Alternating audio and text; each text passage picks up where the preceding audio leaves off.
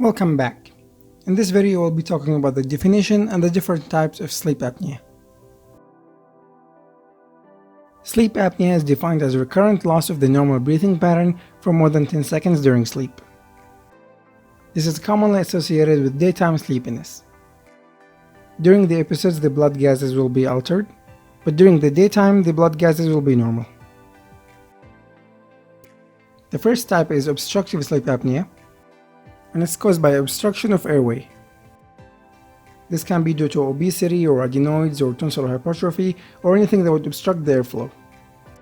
It's commonly treated by surgery. Central sleep apnea is caused by decrease or inhibition of the respiratory drive in the brain. So it's the result of any brain insult. Obesity hypoventilation syndrome is not specifically a sleep apnea, but it does present with the same symptoms of apnea during sleep and daytime sleepiness. It's very important to know that only obesity hypoventilation syndrome will have the altered blood gases during the first couple of hours of daytime. Alright guys, that's everything I've got. Hopefully I made this easier for you, and see you guys later.